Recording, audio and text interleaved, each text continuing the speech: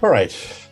Mel is back on his Origins site channel. He's come back with us, and he's going to do something that many of you are going to squirm. I maybe this is Mel. This is a real problem when we're talking about history, because the more we scratch, the more we find. The more we find, the more we shine. The more we shine, the more they whine. Oh, how sublime! Hasn't that been the case in almost everything we've been looking at?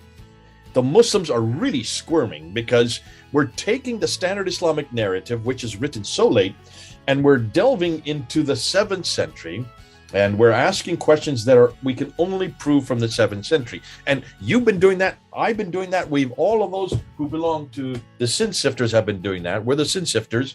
We're sifting through the standard Islamic narrative, the sin, S-I-N, and we've been asking the question that historians so far have not wanted to ask, and that is, what then happened in the 7th century?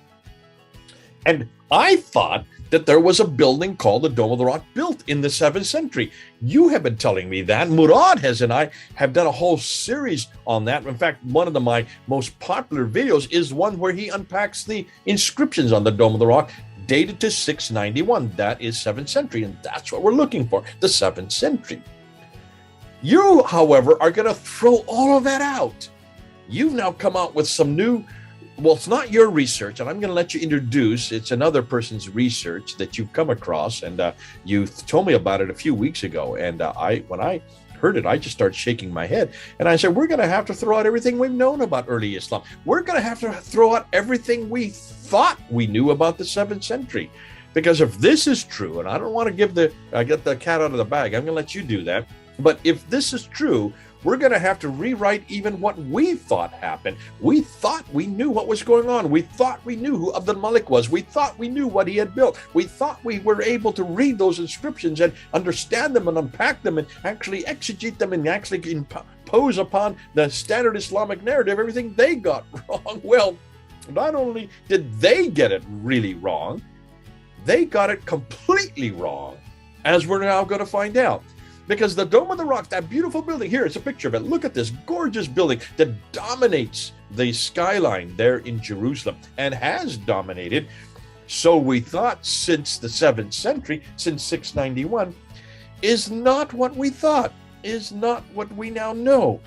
So, Mel, what is this surprise that you're going to throw on us? And I know you have a PowerPoint, so we'll let you go and do it. Hit us with it. I've been hit already, and I'm sitting here almost reeling from what you've told me, but I want the rest to hear. Okay, yeah. Over to you. So before I just put up the slides here, I just want to make like kind of key point. The foundation for all our history around Islam hinges on the inscription at the Dome of the Rock. All of the scholars use that to base everything around. Everything either happened before that inscription or after that inscription, and what is in the building itself, the mosaics and what they tell us, and the inscriptions. So the fact that it tells us that Al-Mamun built the Dome of the Rock, it was obviously an error, or at least we're led to believe it was an error. We should have been Abdul al-Malik. The year suggests Abdul al-Malik. And then we have this long inscription that talks about Muhammad, and it seems to talk about Jesus a lot, and it's very convincing.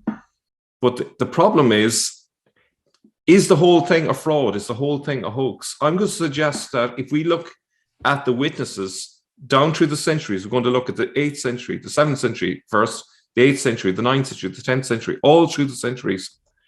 And the nearest thing I can think of is Schrodinger's cat. I don't know if the audience know about this, but basically, if you imagine there's a cat in a box, okay?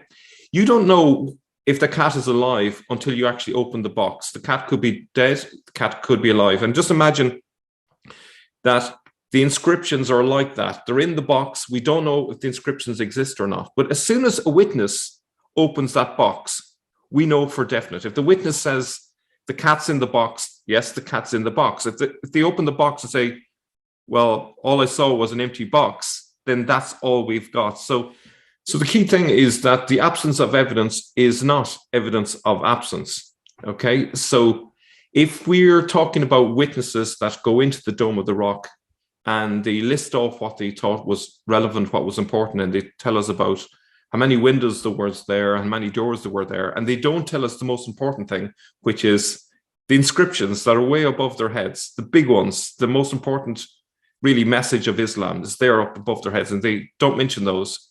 Or even worse, if they mention inscriptions which are completely different, which we'll talk about in a later part of the series, that's very damaging. And that would suggest that actually the story that we've been told is fraudulent. So just with that preview out of the way, I'm just going to put up the slides now. So the material that I'm going to work from is by A.J. Juice. He wrote a paper recently, The Jewish Serpent King in the Dome of the Rock. He released this a number of weeks ago. He actually sent me an email on the eve before the paper was to be released. And to be honest with you, I found the claims to be far-fetched initially, and I kind of read it with an open mind. And I was blown away within a few pages that the material that he'd come up with. So here is the nutshell of what's coming up. So the first thing is there's 7 holes in the Dome of the Rock narrative. The first one being that our earliest reference to a Dome of the Rock, i.e. a dome over the Temple Mount foundation rock, is in the late 9th century. So we have a 200-year gap. So this, to add to all of the other gaps that we've seen so far, the gaps in terms of the Quran, the gaps in terms of the Hadiths, the gaps in terms of the Sirah, this is another one. Again, this is very suspicious.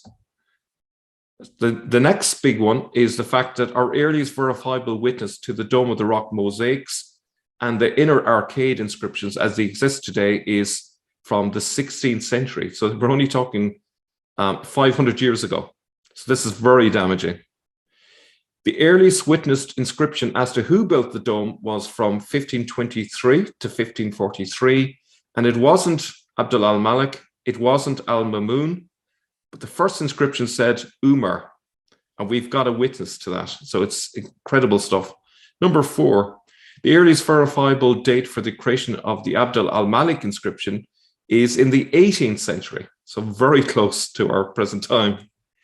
Number 5, the complete rebuilding of the drum from the ground up happened in the 18th century. That's the drum is what supports the dome in the Dome of the Rock.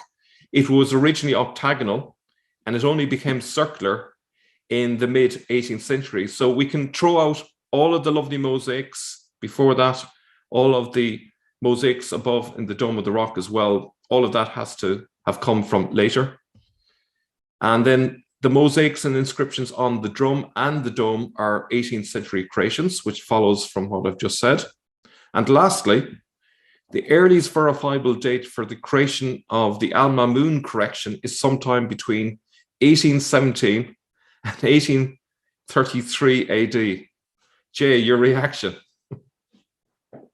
This just throws everything out of whack. For people who don't know why I'm shaking my head, up to this point, up to what this day that you're seeing this, all of us, those of you who are listening, myself, and well, not Mel, because he's now read the paper. But if you haven't read this paper, if you haven't seen this research, we have always been told and assumed that the date for the earliest inscriptions, we're not talking about the drum, and that doesn't surprise me so much because I knew about that, the drum being created in 1780s, the 1800s. The 1800s or the 18th century, in some cases, the 1700s. Now, if that doesn't get me so surprised. What really gets me surprised is what you're saying about the structure of the dome itself and the structure of the inner ambulatories. Those inner ambulatories, those octagonal ambulatories, 2 of them, those I've always been told are from 691. But you're saying they don't even get referred to until the 9th century. And you're telling me now that these are not even attributed to Abdul Malik. These are attributed to someone named Umar. We know about Umar. He died in 644. He was the one that conquered Jerusalem in 638.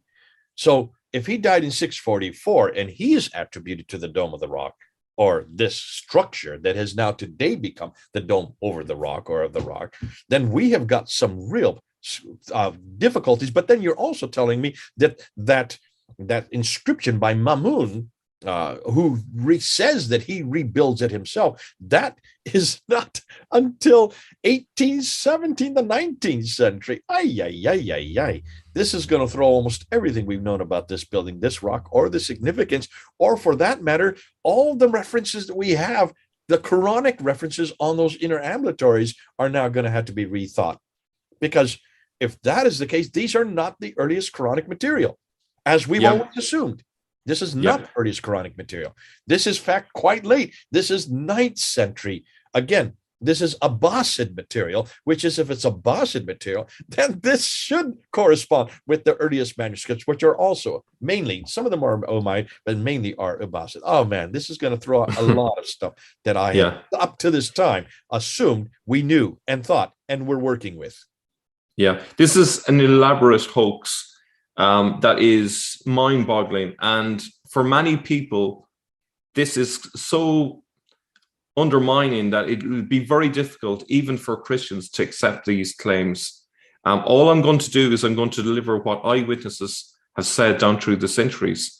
I would say put aside your preconceptions, which mostly come from the standard Islamic narrative in any case, and what we're looking at is, when is the earliest we can prove any of the claims in the standard Islamic narrative in relation to the Dome of the Rock? That's the standard by which we're going by. It's not what I believe, what you believe, or anything else. It's really, when is the earliest verifiable piece of evidence? Okay, so A.J. Juice says the following: the dedicatory inscription in Kufic script placed around the dome contains the date believed to be the year the dome was first completed, AH 72 or 691 AD, while the name of the corresponding caliph and builder of the dome, Al-Malik, was deleted and replaced by the name of Abbasid Caliph Al-Mamun, during whose reign renovations took place. Now, the fact that this was corrected is very convincing.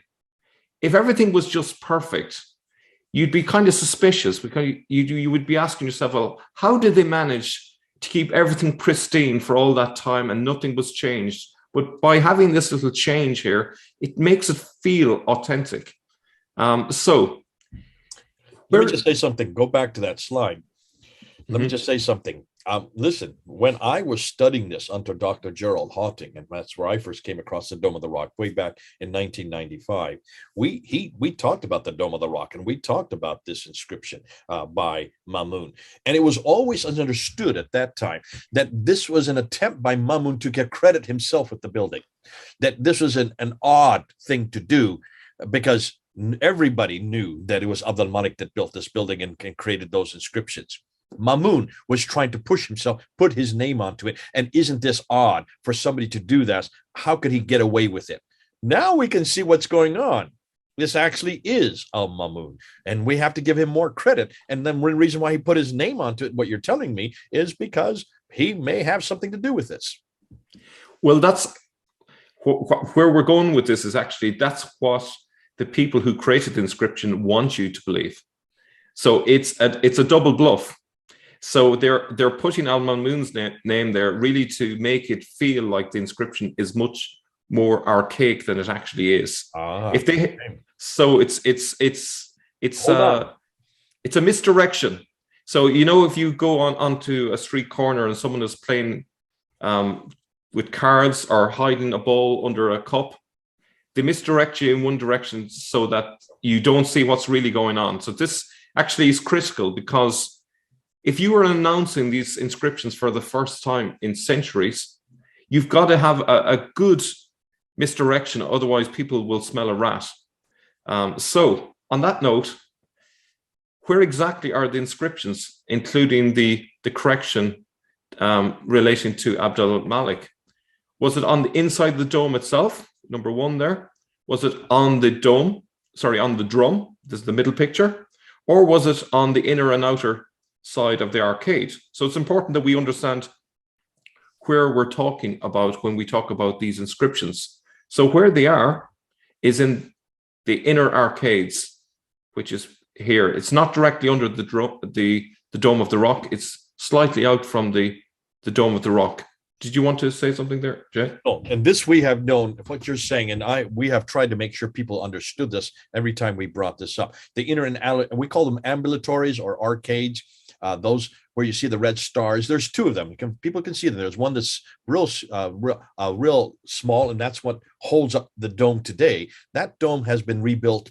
I've been told 11 times that it's been built 11 times. You're probably going to correct me and say maybe not that many, but certainly the dates I've never been told. I had no idea that they were this early. But those I've always been told to this point, those two ambulatories, you can see them right there, the octagonal arcades, or those are the only original part of the dome. So we've been led to believe. So where precisely are the inscriptions today? The inscriptions inside the Dome of the Rock are mainly mounted to the inner and outer faces of the octagonal arcade. So if you see that description there in red, you can see that's the octagonal, and then right in the middle is the circular drum that supports the Dome of the Rock today. And that little gray bit in the middle is the foundational rock or foundational stone.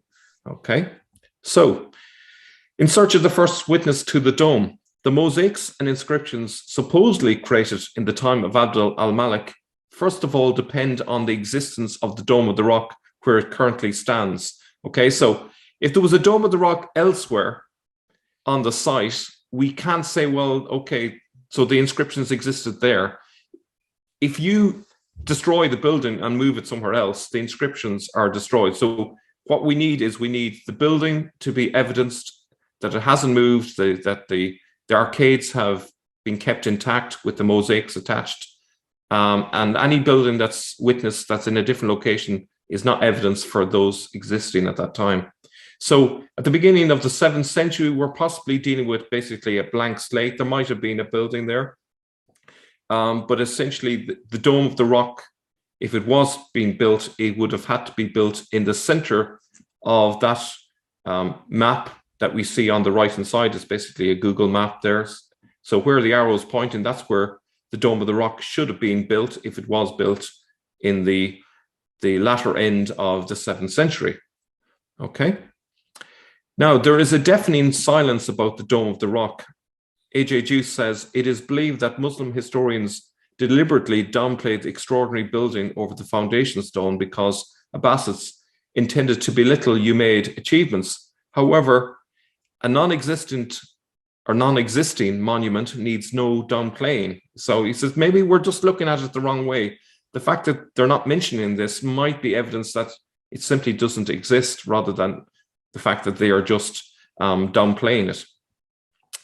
Now, Sophronius, who we've mentioned before, doesn't say that the building that was built by Umar was over the foundation rock. I'm guilty of assuming that that was where the building was built, but he actually, when we look at it closely, he doesn't actually say that.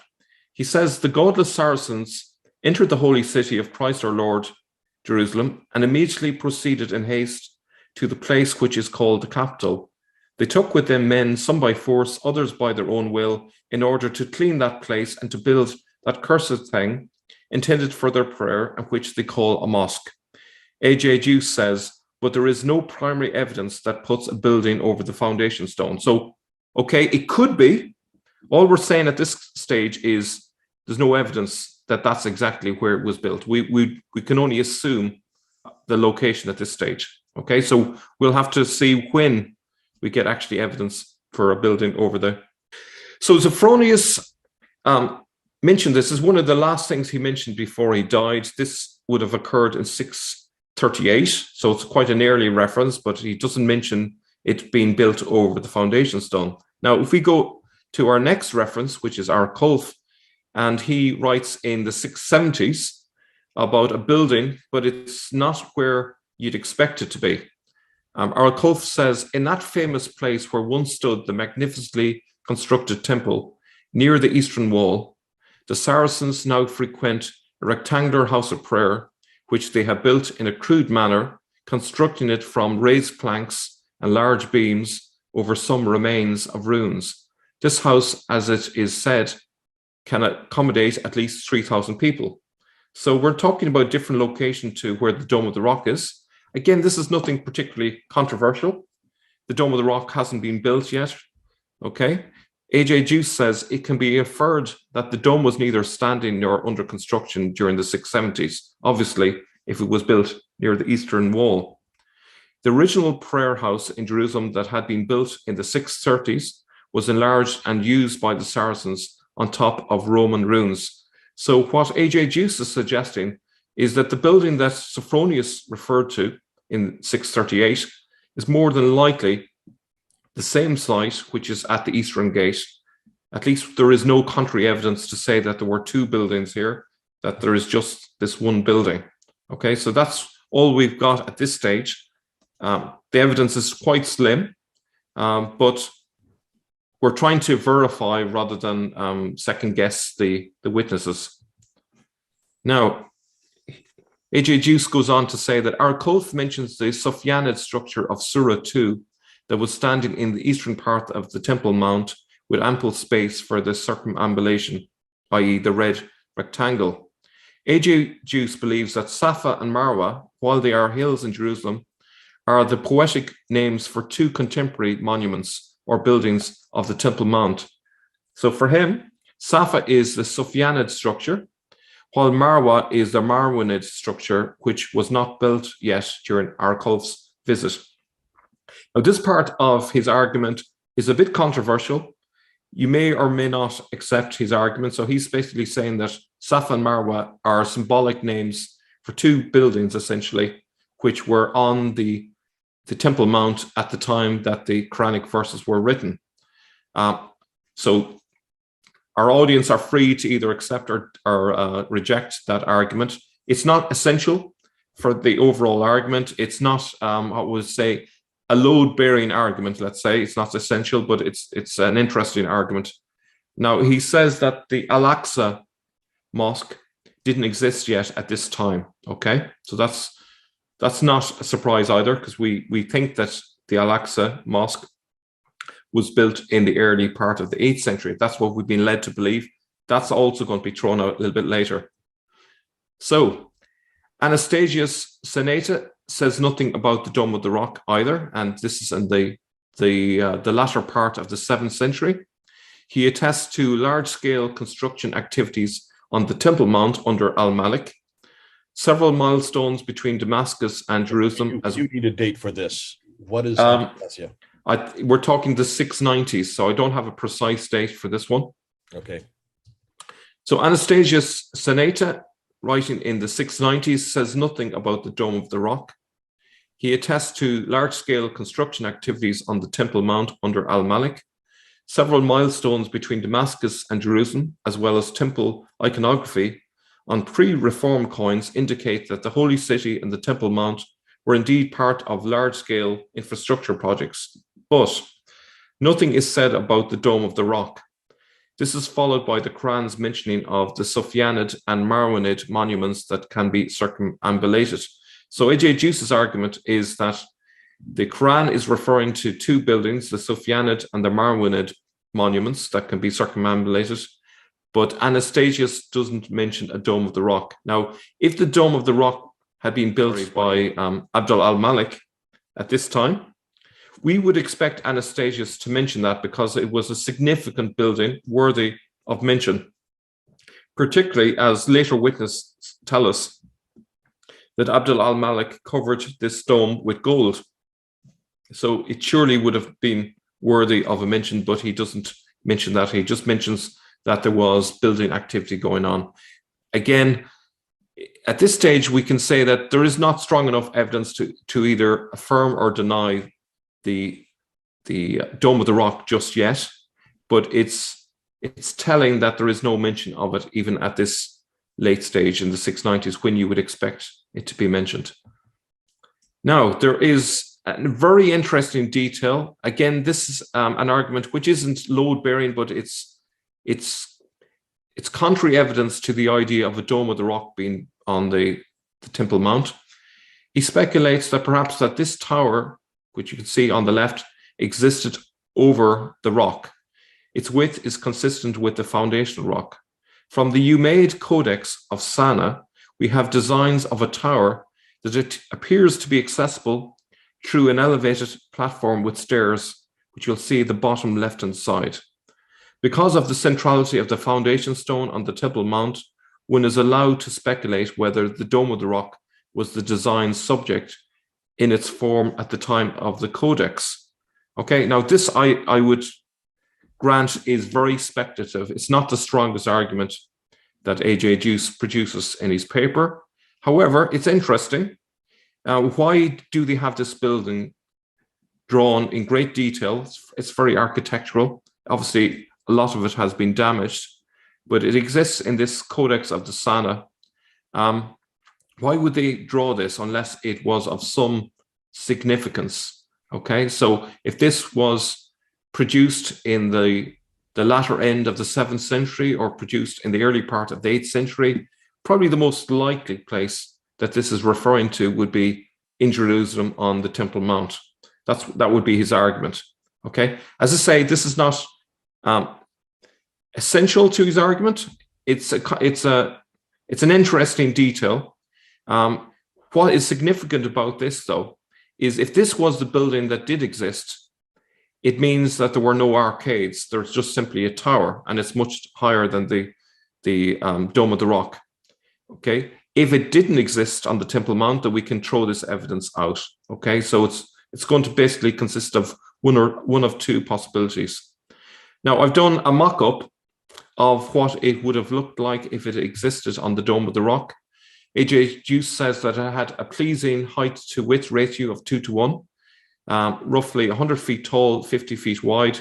50 feet wide would be consistent with a building that surrounded the foundation stone. He also found another plan in the same codex, which is a double square ground floor plan, which is basically two squares off center, which creates a kind of like a diamond, no, sorry, not a diamond, a star shape image. And he says, but it would not be a stretch to speculate that the diameter of the inner drum of the Sana's drawing would have to rely on the foundation stone's dimension and would therefore be near the width of the modern drum if it were to depict a structure on the Temple Mount covering the rock. This would render the old drawings version significantly higher than its modern shape. So whether this building existed on the Temple Mount or not, I cannot really verify that. If it did exist, it probably didn't exist for that long, because we have contrary witnesses about a century later that doesn't mention this building being there. So it probably, if it did exist, it would have been destroyed in the meantime. So any hope of there being inscriptions would go with that building too, had it existed. Okay. He talks about the double square, which makes an 8-pointed star. We've mentioned about the importance of the number 8 before. This is a messianic symbol. The double square ground plan is somewhat of a surprise, says A.J. Juice. Other than the identical decorative motif, the sectional drawing does not reveal whether and how they might be related, but it appears to be a foundational symbolism that replaced the double triangle of the Star of David with a Muslim double square, an 8-pointed star. That it was an intentional mutilation can be demonstrated with Jerusalem coins that were issued with an 8-pointed star rather than the customary Star of David, and the examples are there on the right. He says, I have already shown that Maccabee coins used the messianic 8-pointed star as a symbol of Jewish royalty. So his argument is that this might be evidence of a building influenced by an emergence of messianism in the 7th or 8th century. And this would tally pretty much with what Odin and Alexander has said in videos that you have done with them. The idea that the 7th century was rife with anti-Trinitarianism and messianism. This would be consistent with that. Yeah. Now, when an illustrated Bible, it was produced for Charlemagne, depicted Zechariah at the temple. Was this how it depicted the temple? So this is how we know the temple looked back 2,000 years ago. But when it's interesting, when they produced a Bible in the 8th century for Charlemagne, this was not the image. that was created, this was the image that was depicted for the temple. And what's interesting about this is that even though this was an imaginative depiction of what they imagined the Temple Mount to, or the temple to look like at the time of Zechariah, it's interesting, this tallies nicely with the Sana manuscript that we just mentioned, which is an image of a tower on the Temple Mount, according to A.J. Juice. Again, I'm not 100% convinced with the evidence, but what's interesting is that this is the image that the Christians had of the temple in the 8th century. And this is probably based on visitors to Jerusalem in the previous 100, 200 years.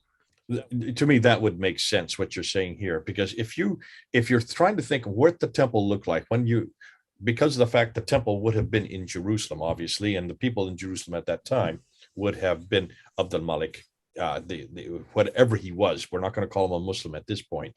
But what we do know is if this structure was being built, when they're talking about it and they're looking at the temple, they would use what was there today. They would not know themselves whether or not this is ancient or archaic. They would just use what is there to be recognizable. So when they're talking about the temple of David, or not the first century temple, they would say, so that's the temple because that's the one that they recognize today.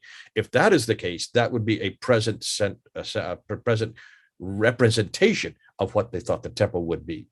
And all the more so, it would look like the tower that you're describing. Yeah, and this is the 8th century. So this is decades after Abdul Malik has supposedly built a Dome of the Rock. Now, you can see that there are no arcades in this image. Yeah. The arcades would have had to spread out to the left and right of the two figures there in the image of Zechariah and the angel. That's where the arcades should be if they existed in the 8th century. Now, at this stage, our audience may say, well, that's not enough evidence. We need more evidence. In the next episode, we're actually going to show evidence of a witness in a few decades later who actually points out what was there, and it's not this building. Okay, so it means that there was no arcade, there was no Dome of the Rock. It's going to be really exciting stuff. So that's going to be coming up in our next video. But just to conclude today, we don't yet have evidence of a Dome of the Rock with its arcades in the 8th century. This means that there were no inscriptions, no mosaics, no Dome of the Rock. So it's quite damaging. And we're going to back this up with further evidence in the next episode. Great stuff. Wow. We told you it was going to be, this was material. As you said, Mel, this is stuff that A.J. Deuce is putting together, and we knew it was going to be damaging. Now, obviously, so those of you who are listening to what has been said, what Mel is presenting here, this is not Mel's research, okay? So don't blame Mel. This is research being done by A.J. Deuce, who is a worthy scholar in this field. This is his area of expertise. It's very recent. It's only been out in the last few months. So obviously it's something from 2022. It may change as we're finding out more. Nonetheless, I'm sure you have reactions to this. You've got the comment box there at the bottom. Write your comments. Mel is going to be there. He's going to be looking at it. I'll be looking at it as well. If we find that there is some more material that some of you have come across, share it. Throw it at us. If you don't like what Mel's saying, let us know. That's what we're here for. That's why it is important that we're using this channel and YouTube, and also to make sure that we get this discussion going. But obviously, so far, what we've seen, this damages everything we've known about the Dome of the Rock, everything we've known about what we thought were the earliest inscriptions of the Quran, even earlier than the manuscripts. Because if this was the case, 691, this would predate the earliest manuscripts. But it looks like we're going to have to change that. It looks like we're going to have to rewrite our own historical critique. However, there's more yet to come, because you're not just going to stop there, Mel. There's some more material that you're going to look at. Am I correct? Yeah, it's really damaging. It's incredible how late we have to wait before we get our first mention of the Dome of the Rock. So we're not talking about 8th century. We're going to have to wait till the 9th century before we get an actual witness account to the Dome of the Rock. So we're So talking about quite another 100 amazing. years later. So we're going to have to wait even 100 years. Well, folks, you don't have to wait 100 years. You can see the very next video. This will be coming up shortly. Listen, it's been great introducing this. We have a lot more yet to go. Mel's got a lot more yet to spill on research done by AJ Dios. This is Jay and Mel, a few thousand miles apart. Over and out.